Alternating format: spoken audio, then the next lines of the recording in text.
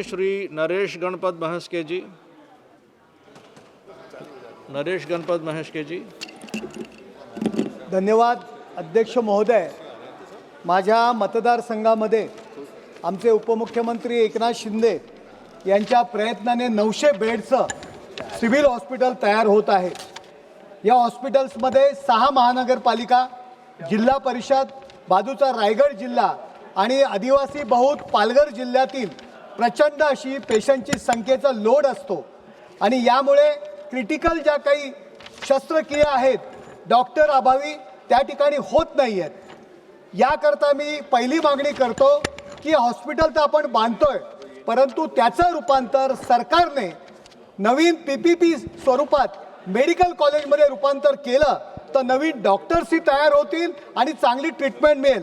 तसेच वित्तमंत्री यांनी येत्या 3 वर्षात बजेटमध्ये डिक्लेअर केलं की 4500 कॅन्सरचे डे केअर बेड्स आणि 200 नवीन केंद्र सुरू करूया।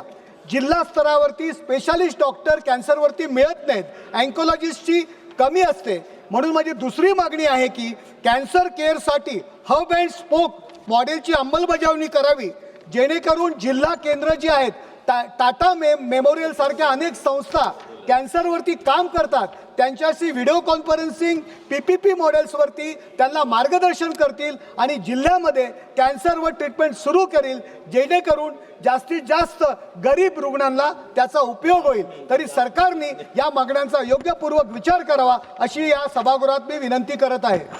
धन्यवाद।